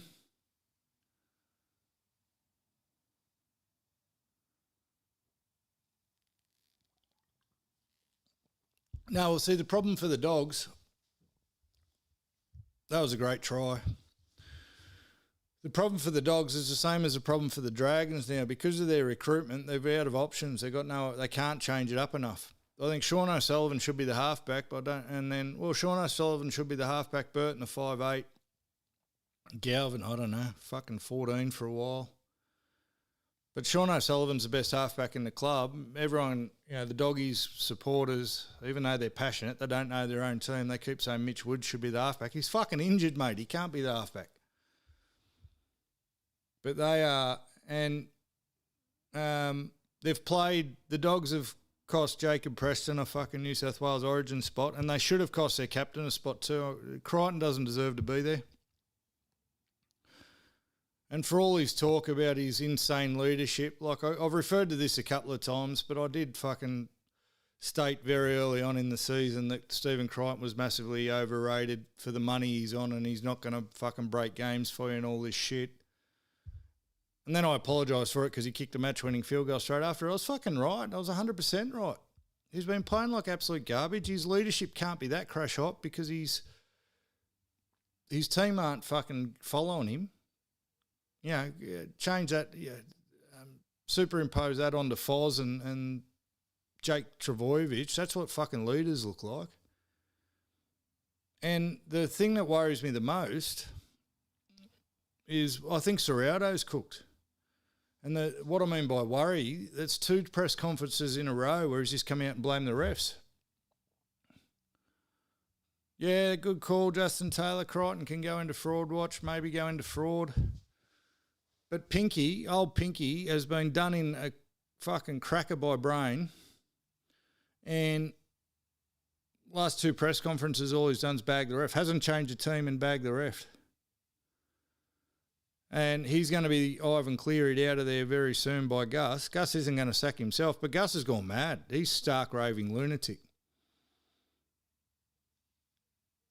And I feel for Serrato, but he took the job, so you can't feel too sorry for him. But their recruitment's been absolutely shocking, so they don't actually have a team to change around. But they are looking worse by the week. Their performance the other night in patches looked worse than the Dragons. Dragons Dogs is going to be a horrible game of football to watch. A fucking disgusting game of football. And the Dolphins, well, they finally beat up on a bad team. They got a lot of points in them, the Dolphins. Tell you what, if you don't have Jermaine Asako in your Supercoach team, you've missed out on bulk points in the last month. I've had him since day one, and he had 178 points in Supercoach. I didn't captain him. Fucking hell. I still don't rate. Dolphins aren't contenders because of their inconsistency. Same thing I said at the start of the year for all those people who say I'm only saying it now. Dolphins still not contenders. They're too shaky, but God, they can score some points. Rooters Tits, one of the greats for naming purposes. Rooters Tits in my stomping ground at Gosford. Roosters look pretty fucking slick now, don't they? Cleary in. Don't have him in Supercoach. That was a soft try. 22-18. Cleary just taking a fucking hit up over the try line. Roosters are starting to look pretty slick, although playing the Titans, but the Titans were much improved on the porridge they served up against the Raiders last week. And dare I say it, and I'm allowed to say it, actually, I said last week I don't hate Cherry for leaving the Manly. He fucking left because of Seabold. Cherry looking good. Cherry will play, he'll be Queensland halfback now that Dearden's hurt. Not that we want to talk about those filthy grubs on this podcast, but Cherry will be the Queensland 7. Tanner Boyd, a big shout. They should probably give Tanner Boyd a run, but they won't. Titans doing what Titans do. Roosters look good. Look sharp. Teddy's got to be the Origin fullback, doesn't he? I know we've done this, but Teddy's got to be the Origin fullback for sure. Now, fucking untippables are back. God, the Cowboys do my head in. Where's Daz? Where's Daz this week so we can rip into a Cowboys supporter? Fuck. How would you be being Todd Payton? Win. Think there might have been a loss in there somewhere. Oh, yeah, they lost to Manly, but that's all right. Fosball's going to undo the best of them. They're all talking about even getting his extension. They've got to re-sign Payton this week. And then you lose to Parramatta.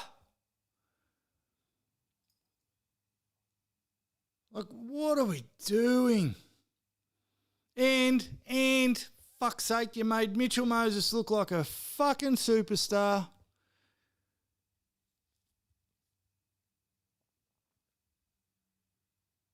I don't want him to be picked for fucking New South Wales, and just on the back of that, everyone's going, how good is fucking Mitchell Moses?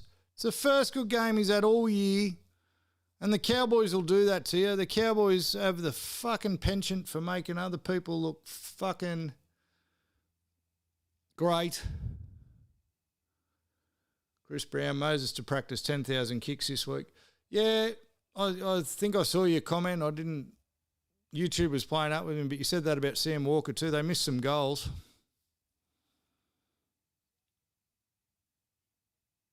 Fucking Cowboys making Moses look good. That's done me in. Done my tips in too. Them and I'm on for 6 because I changed my tip to the fucking frauds. Parramatta pulled something out of somewhere. They looked fast. They looked fit. They're very rocks or diamonds, Para still, but did well against it. Like, Cowboys have been going great, so you got to give Para their dues. I've got no issues with Para. Got issues with Moses still. He's suffering remnants from the Gutho days. Just the way he carries on. Like, if I was a ref, you just give him one of these ones. You just fucking, when he gets up in your face with his arms out wide, when his arms are out like this, he can't defend himself. Tip to the referees, very defenceless. Steve Leary, when you're walking up to a drunk in a pub, you don't walk up to him like this, do you? So if a ref just give him a fucking quick Liverpool kiss, that'd sort him out when he gets right in their fucking face. And no idea what he's talking about most of the time. At least if you're going to go. See, the thing about...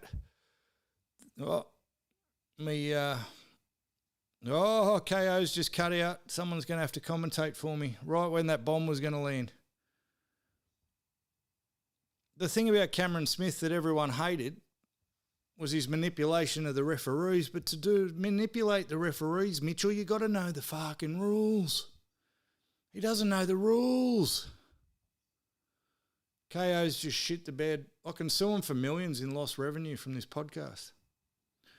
So Moses doesn't know the fucking rules, walks up to people with his arms out wide and no one snots him. I'm not a huge fan of referees, but just snot him. Just snot him. Week-to-week proposition with the Eels, I don't know. There was nothing to take out of it. It's just one of those rare ones where you go, what the fuck, the Eels are back this week. Cowboys make it very, very hard to tip them. All right, Leary. Knights 44, Dragons 10. How bad are the Dragons? They're getting worse too. Not Dean Young's fault, but Dean Young, sorry, mate, no job for you. There is no fucking chance. I think it was Ben Cray or one of them, one of the directors of the club that is in charge of hiring the next coach, says won't be on wins and losses, but we at least want to see a improvement in defence because that's Dean Young's forte. That's what they said in the media this week. So if they're saying that publicly and then coming out and having 44 put on them again, and all in the first half, mind you, Knights went to sleep in the second half, they just look horrendous. They look absolutely horrendous, and Dean Young. And here's the problem.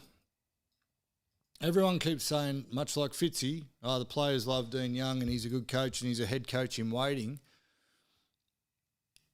Who's hiring him after this? He's going to have to do a really fucking good job of convincing everyone. Now, he can borrow this podcast if he wants because he's going to have to convince everyone that it's all Flano's fault. Dean Young's been flanoed. Dean Young is still getting flanoed 3 weeks after Flano got sacked. I'd get a hat that just says flanoed Steve Leary, but I'm scared of what that'd do to my golf game. Imagine getting flanoed on the golf course. It's a hard enough game as it is. Dragons look like there's no light at the end of the tunnel. I'm not arguing with you. I don't think I've argued with you, Leary, either. And if I did, I'm sorry. I don't think they're going to win a game now either, except maybe against the Dogs. Oh, stop it. Unbelievable. Panthers in again.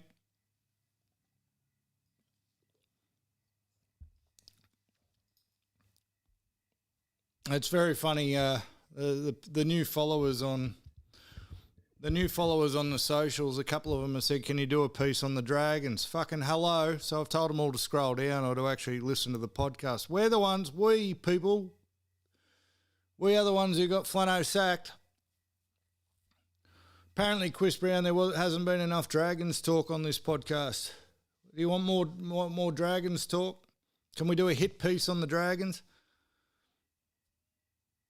You don't have to, do you? I kind of miss Flano though. Now the Dragons are just sad. They're just sad. At least when old Misery Guts Flano was there and blaming everyone else. The Shane Flanagan rule of not my fault. And the nepotism with his son Kyle. They got rid of any reason that I can really go after him. Now they're just sad. But they're still getting flanoed. And I don't know how long it takes to get unflanoed. Because the Sharks were flanoed for a long time after they got flanoed. Flanoed the fuck out of them with peptides. I actually went to order some peptides the other day and the first product was called Flano. No, I'm only joking about the name. I'm looking at peptides from my shoulder. But How long does it take to get unflanoed, do you reckon? There's a question. Knights, brother. Knights look good. Knights look good. Can I... whoever my source was that said that Dylan Brown's not happy at the Knights, I'm copping some grief for that online for my photo that I put up, my character that I put up of him in the counselling session where he's getting told you're getting paid 13 mil, get on with it. Because he looks pretty happy. They look fucking slick, the Knights. Real slick. But, playing the Dragons. Not hard to look slick against the Dragons. But I think they go into the top 8 this week, don't they, Leary? Depending on results, we'll have to have a look. We might do that. We haven't looked at the ladder. We might have a look at the ladder at some point. Sharks, Rabbits, we already spoke about. Now, good, we needed time for this. Manly 32, Broncos 4. Fosball, do we all believe? Do we all believe? Firstly, Broncos very banged up. Very banged up. I've got an unblemished record on here of defending Madge, and I don't think it's a Madge problem now. Madge lost his wallet, don't own nothing. They came back against the Roosters, but you can't come back against Fosball. Fosball is an energy greater than you or I will ever understand, Steve Leary. It's taking over the world. And I want to make a grand statement. I don't think it's that grand a statement. I think the Kieran Foran story, you know I'm serious when I call him by his real name, could be one of the greatest sporting comeback redemption stories of all time. This is where we cue the serious music. So we had in the golf a couple of months ago, we had Anthony Kim win Live Golf, and everyone talked about how it's one of the greatest sporting stories of all time because of what he'd come back from, what he'd been through. Well, let's talk about Kieran Foran for a second, will you? So, bursts onto the scene as a teenager, wins a comp almost straight away. Still as a teenager, I think. He was 19 when they won the comp in 2011, Manly. And had a few good years at Manly, ended up going to the Dogs, followed Desi, and then things started to go pear-shaped, real pear-shaped. So he went to Parramatta, he got hurt early, didn't play a lot of footy for Parramatta. But in between that, he developed massive gambling problem, mental health issues, and he got himself to the point where he tried to take his own life. He OD'd on prescription medication. He had massive gambling debts. There was talk around of him betting on games and all sorts of things going on. Not to mention that throughout his career, he's had 17 surgeries. Shoulders, ankle, knees. He's torn his hamstring more times than Tommy Turbo. And he hit absolute fucking rock bottom. Absolute rock bottom. And he disappeared, didn't he? Like, and everyone thought he was a lost cause. Everyone thought he was a lost cause. And, he sort of drifted by the wayside. He went to the Warriors for a bit. Then he landed at the Titans as a veteran at the ripe old age of 29. But he cleaned his life up. He got strong. He's clearly a resilient bugger. Got the help he needed. Got into a new relationship. Very Central Coast based too, so I know some of the behind the stories of this as well. And then 2 years ago or 18 months ago, his stepson killed himself. And while he was still at the Titans, Foz. So to go from great to absolute rock bottom and the problems he had to trying to take your own life, going through all those surgeries, one, to get back as a player, unbelievable. To get back as a human being, fucking huge effort. Fucking huge effort to get life back on track. To lose a stepson the way he did, given what he'd been through, I can only imagine how triggering it was for him. He's got a not-for-profit now, helping youths deal with mental health to try and help avoid the youth suicide rate. And then come into this year and get fucking thrust in as interim coach of Manly. And if it's not this week, it'll be next, to get named as a long-term coach of Manly, and the success that he's bound to have, because anyone who can overcome that shit can overcome just about anything. I think it's got to be up there with one of the greatest comeback stories for a human being we've ever heard of. Like, I don't want to diminish the Anthony Kim thing. I don't think you can, but when you've been a professional golfer, even for a few years at the level he was at, he had millions of dollars too to help his family in his time off to overcome things. Fucking Foz would have been doing it on the sniff of an oily rag, because he would have blown most of the money he fucking had on his gambling. He wasn't getting paid millions because they didn't have $1 million contracts when he was in his peak. I think there's a book in there. I think there's a movie in it. I think there's a Fozball the movie. The poor man only retired last season, had no idea he'd get put in the deep end, and he's done amazingly. Oh, mate, he was already, yeah, but he's clearly that kind of guy. So think what you want to think about Manly. Most people hate us. We hate you too, don't worry. But I think when you look deeper at the fucking... And good on... Like, rugby league's always good at giving people second chances. But how many of the fucking head coaches in the NRL at the moment have got to a point where publicly it's known they've tried to neck themselves? Well, that's how low he was. So the fact that there's still chances in life for that is a huge hope for anyone who's doing it tough. And anyone who's been doing it tough or is doing it tough, look to Fozball, man. Fozball might be the light we need. So enough of the fully serious stuff, but I wanted to point that out because he went through it publicly, right? He's gone through all this publicly, the public humiliation.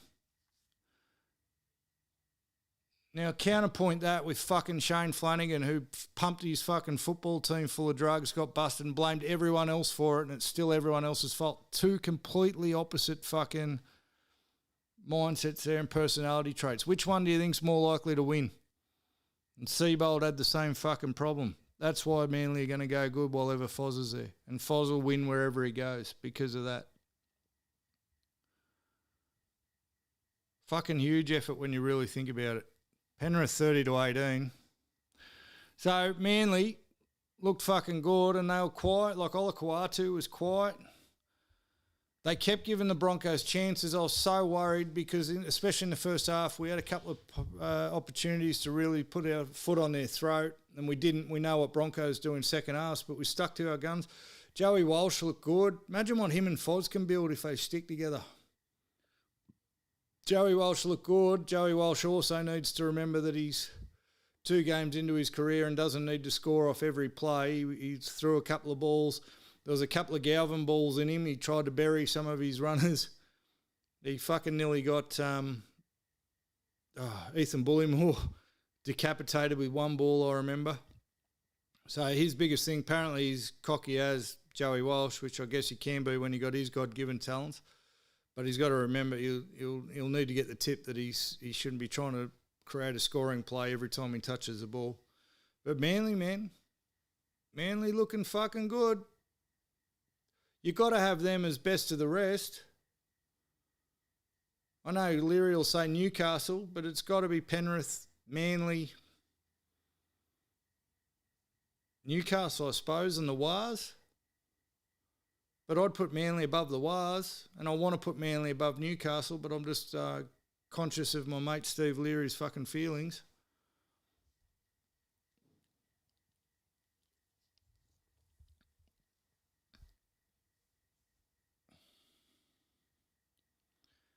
Storm 44, salute to Manly and the Foz. Salute.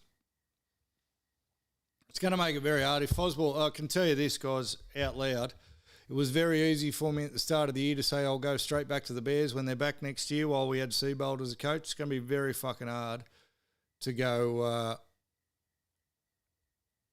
it's going to be very fucking hard to go back to the Bears next year given how ordinary the Bears are looking and how good Fozball's going. So I reserve the right to change my tip there too. Because the Bears, I don't think the Bears are going to be able to field a team the way they're going, and they're giving me no reason to fall back in love with the club. I'm a culture guy, remember? I'm a culture guy. Bears look okay, mate. They look horrid. Can you look up Leary while we're on here? Because I saw the headline, but I didn't. I saw the headline, but I didn't investigate. Apparently, they've already got odds out on the Bears to win the Spoon next year. The headline was Bears given Winx-like odds to win the Spoon next year.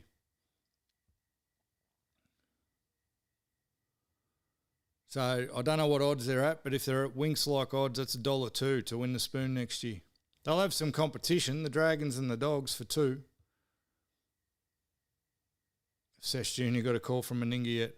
Sesh Jr. doesn't answer calls before 4 p.m. in the afternoon when he wakes up, so depends when Mel was calling him. Although Perth time, what's that? That's 11 a.m. in Perth, maybe. Maybe.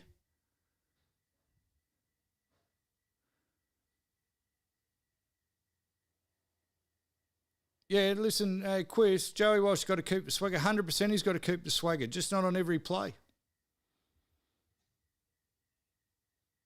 I want him to stay in the team. I don't think he will when Fogarty gets back, and I think that'll be one of the reasons because he's still showing a bit of immaturity there, which he's allowed to. He's 19. There's a couple of plays there last night that Fogarty doesn't make. Or dumb decisions that Fogarty doesn't make. And when you're leading against Brisbane, who are renowned for comebacks, you can't be affording to make dumb decisions while you're in front. You really needed to bury him. Walsh to the Bears. Walsh isn't going to the Bears. Oh! Wishart to 14. If Joey Walsh goes to the Bears, I'm 100% on. 100% on.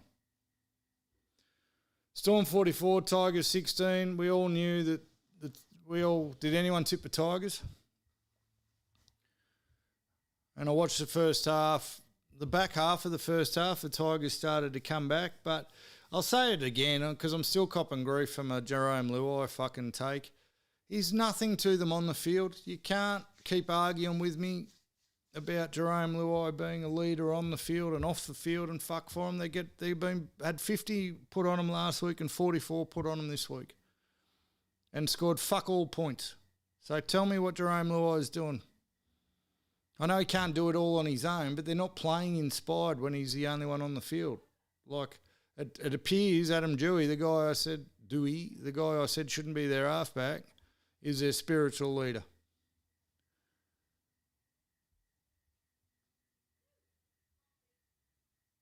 And the Storm are always going to win it. Now, the Bears, fuck, I'm starting to get twisted. The Tigers made a bit of a game of it later, but not enough. And now what I don't want, we don't want this to be, we don't want the Tigers to have played the grubs into form, do we? We don't want this to be a turning point. I don't think it is a turning point because the Tigers still showed enough fucking problems with the Storm's defence that I don't think it's come back. I just think they're always going to win. The Tigers are too beat up. And Melbourne, this week they felt due. Every other week they haven't felt due. This week they felt due for a win. Oh, yeah. Yeah, we talked about PNG too. So someone, and I've got to laugh. For every accusation I get that I don't know what I'm talking about, the amount of people who've tried to tell me this week Galvin will end up at PNG from the Bulldogs. Can someone remind him that he left for Tigers because Jerome Luai was bullying him and said it publicly? Can someone remind all these idiots that keep telling me I don't know what I'm talking about, which is fair. which is fair, but I've said it before, I'll say it again. If you're going to come at me with something intelligent. Lockie Galvin will not be going to PNG, surely, to play with the one guy that bullied him out of the Tigers, apparently. They had a dossier, remember? A dossier. The guy who put the team first fucking photo up. And for all this talk about how Jerome Luai was going to get everyone to go to PNG, it's great PR. Great PR, but in the time that's happened, the May brothers have re-signed at the Tigers. Buller's re-signed at the Tigers, who was apparently going to the Dragons. Jerome Luai is not dragging people to fucking play in 50-degree heat and live in a compound. Cash will. Cash will. It won't be Jerome Luai.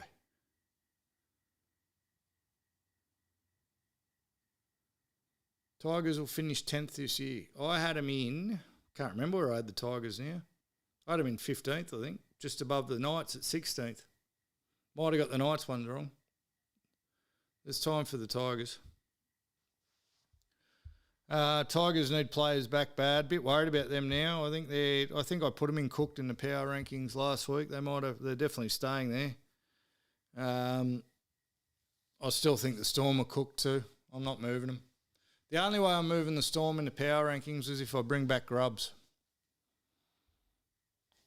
Which there's one guy, that doesn't listen to the podcast, there's a guy that follows me on Facebook called Jeremy Vaughan. I'm not shouting, I'm not bagging the guy. He's a Storm supporter. He gets actually hurt, personally hurt. He messaged me one day and said, are you ever going to move the Storm out of the Grubbs section? So you know what I did the next week? I took him out of Grubbs section and put him in cooked or frauds or something. It was very funny. Mess with Jeremy. 30 to 18, 4.5 minutes to go. How's your tip looking now, Leary, you goose? And how's my tip looking? I said Penrith by 12. Fucking up the sesh. Up the sesh.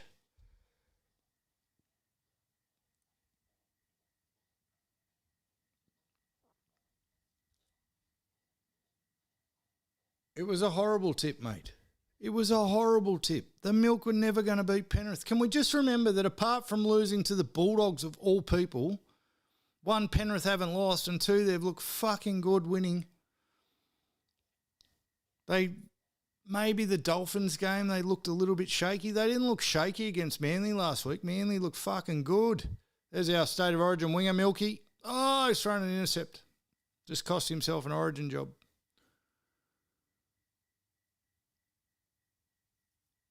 Try shootout. They only let them score 18 points, mate. They only let them score 18 points. What team? Every game, both teams are getting above 20. Every game, both teams are getting above 30. That's what I said. I literally said, scroll back up. Rewind the podcast where I said Penrith can score points, Raiders can score points, but Penrith can stop points and the Raiders can't. What has fucking happened? What has happened? Exactly that. Nothing special, try shootouts. Exactly what I said would happen. It was a horrible tip. Fuck me. We're going to be feuding, Leary. We're back to feuding.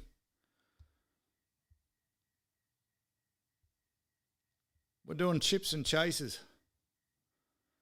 Unbelievable. Fuck. Well, here's a tip for you. Next week, Magic Round, is it? The frauds and the fucked. You are a Panther hater, mate. Leary's got something bad in his bonnet about the Panthers. He has got a huge boo in his bonnet about the Panthers. Didn't they hold the Knights to 0? Terrible team. Held the Knights to 0, and apparently the Knights are great, aren't they? First game next week, the 11 Handicappers versus the Foobard. So by rights, bad team. Sharks should put 50 on. Is that Sharks to score 50 next week against the Dogs?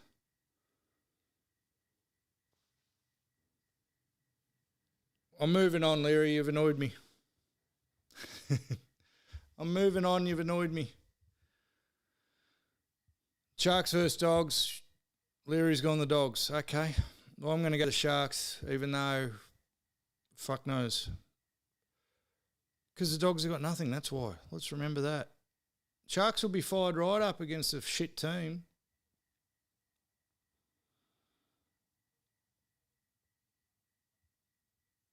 Yep, I'm sticking with my system. Sharks win that. Rabbits, Dolphins. Oh, good game of footy. At Suncorp. Oh, it's all at Suncorp, you idiot. I was about to say at Suncorp. Latrell might still be out. That game will be 52-50. That game will be 52-50, and I'm with Leary. We'll go the Rabbits.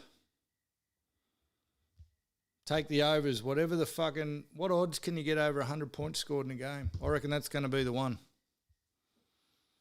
It hadn't happened yet. Apparently it hasn't been 100 points scored in a game yet. We've had a few 80s this year, but no one's done 100. I reckon that could be 100. So we're on the Rabbits. Tigers, Fosball. Oh, boy. There was a time, not that long ago, with the Tigers going as well as they was, that Fosball Tigers might have been match of the round. Unfortunately, now it's not going to be match of the round. Tigers paying $3.17. Gamble responsibly. But King Foreign to continue the misery. How hard is it to register a religion? Oh, Panthers. Forward pass. I wonder how hard it is to register a religion. There's a Church of the Flying Spaghetti Monster that costs you $20 to become a minister for, and you can actually go and marry people. Google it so you know I'm not lying. Church of the Flying Spaghetti Monster, and they wear their symbol is a colander. They wear a colander on their head. Yeah, that's why I wanted to register. I think Fosball could be the religion for tax purposes. No tax if we become a religion. And we could worship. We pray on a Sunday. This is our prayer. This is my church. I'll stop short of saying you guys are my disciples. That'd be a bit fucking... No, because we're worshipping King Foreign. I'm just the messenger. I'm just the messenger. But honestly, look up Church of the Flying Spaghetti Monster. When I got married, a mate I had at the time, we were going to do it. He was ordained. He was registered as a celebrant under the Church of the Flying Spaghetti Monster. Mate, Quiz Brown, you're a Dragon supporter. Mrs. Sunday Sesh wouldn't touch you. But she does let you play golf on Mother's Day, so all power to you. Yeah, I'm the pastor. That's what I was looking for. The pastor of the Church of Flying Spaghetti Monster, which is pastor. The pastor, the Rasta pastor. Reverend Sesh. The Sesh is in session. I think we're onto something here.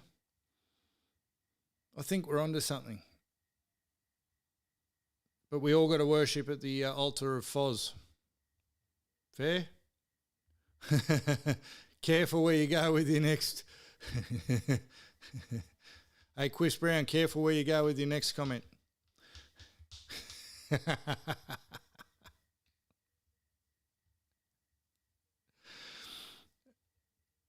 What game are we up to? Fosball. Roosters, Cows. Roosters.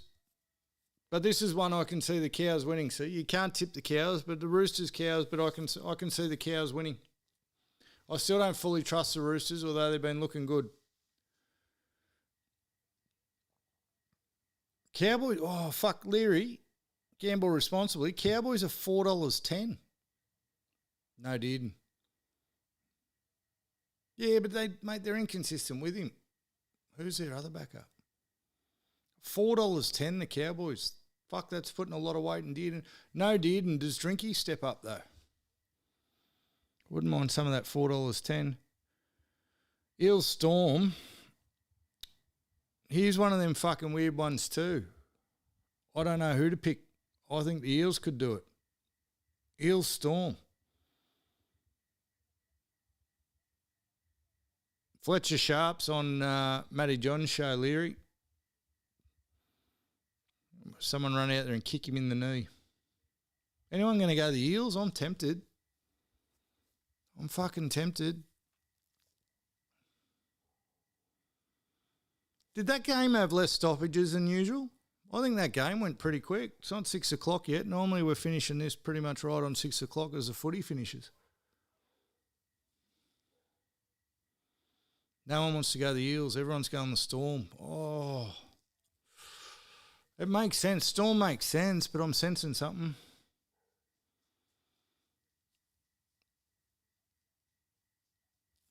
I'm sensing something. Titans, Knights. No, I'm not sensing anything there. I'm sensing the Knights to put 40 on in the first half and then go to sleep in the second half. Sound familiar? No, I wouldn't wish ill on anyone, but it's been 2 games now and Ponga hasn't been hurt. So I think my next thing is Ponga to get hurt. Knights put 40 on in the first half, Ponga to get hurt. There you go. You heard it here first. But I don't come up with any original ideas.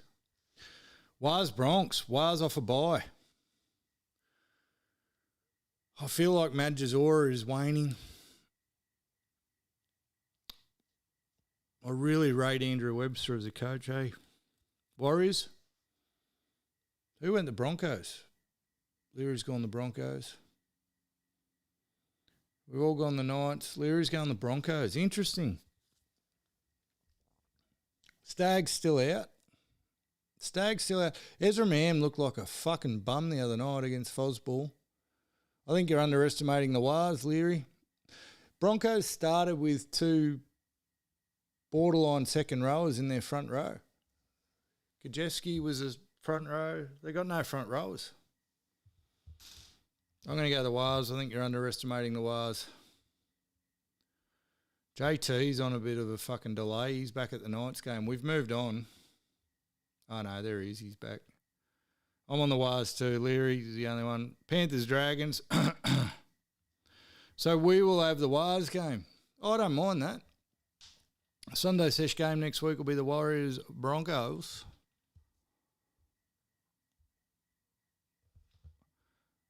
And then Panthers, Dragons. Panthers are $1.04. Panthers by 96.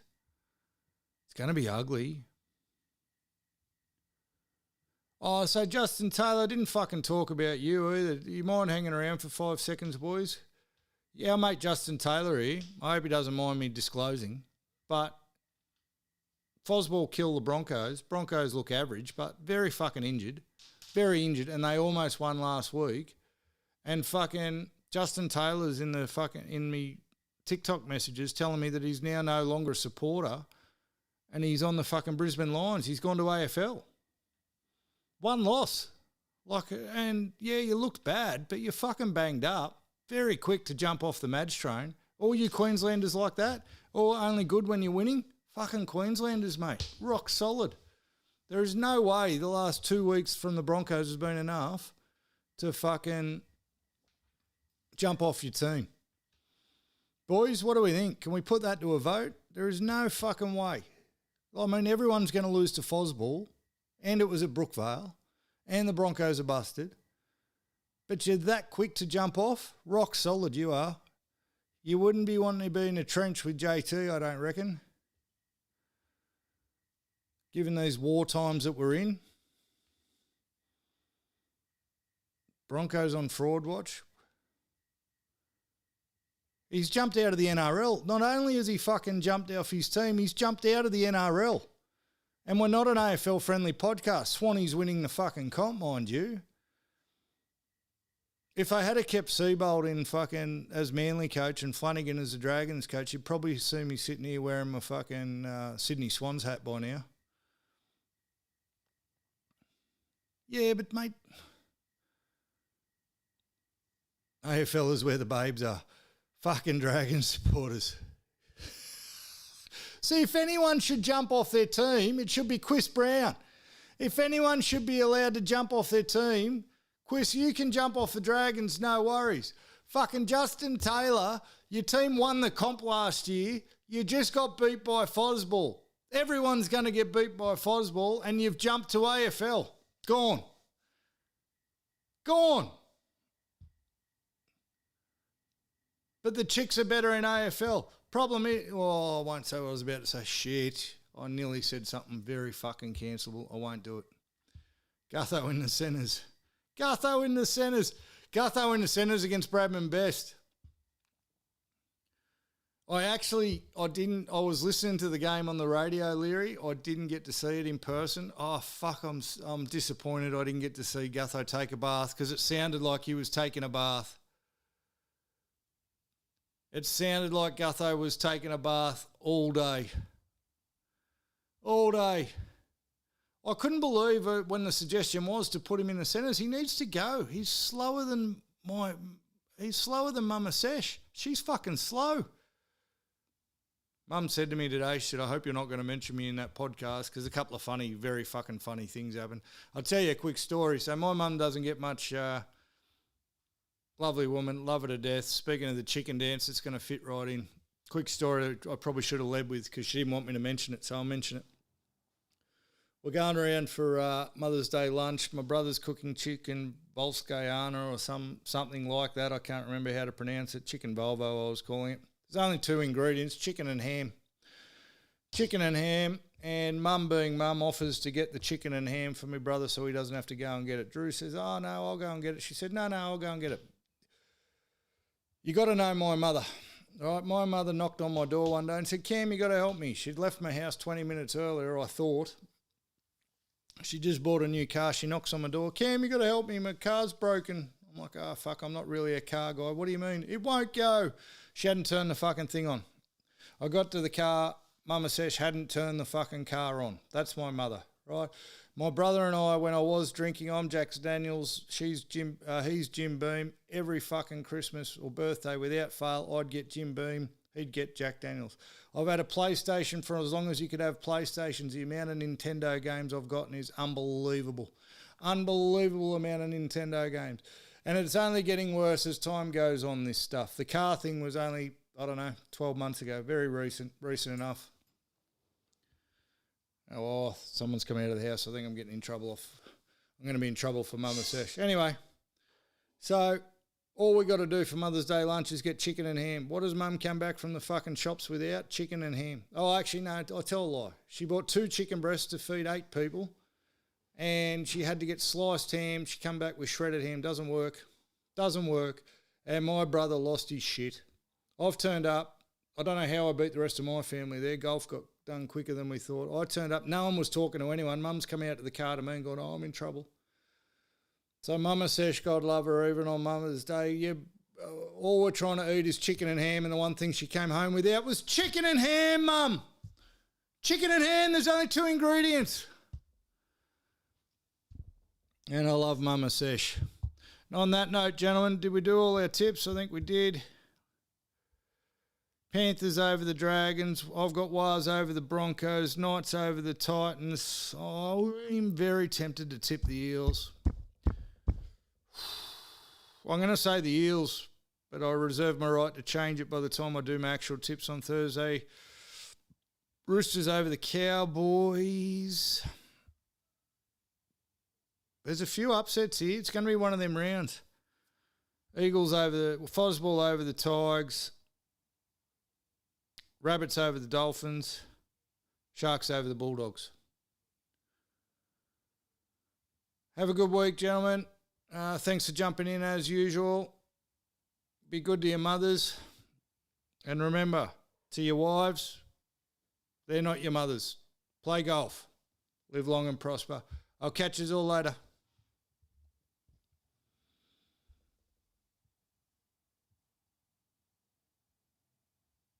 Don't forget to register your interest for the hats, by the way. I'll sell them to you cheap, $160 a pop, on the website sundaysesh.com.au. Peace.